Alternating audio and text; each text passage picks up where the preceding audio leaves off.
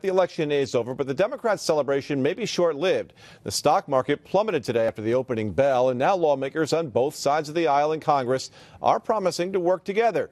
The so-called fiscal cliff is just weeks away. As Brandon Lewis explains, the looming tax increases and massive spending cuts have Wall Street spooked.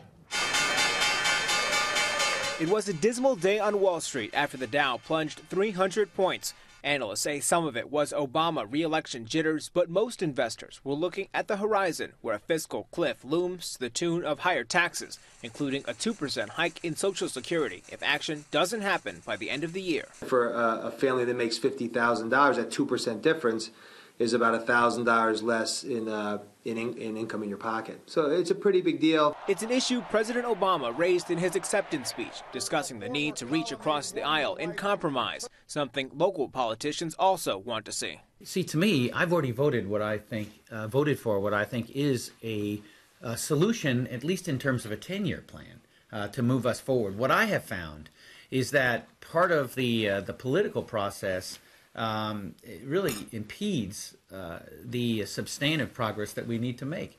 The obstructionist quality of the last 2 years under the new majority in the recent Congress has placed petty partisan differences ahead of what's good for the general public. Both sides admit differences in how to come together, specifically with revenue and where to cut, but they agree letting the cuts in place expire is the wrong move.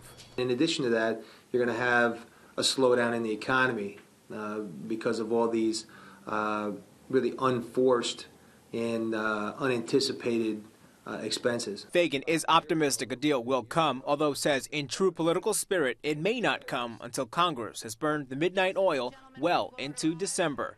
Brandon Lewis, CBS 6 News, Troy.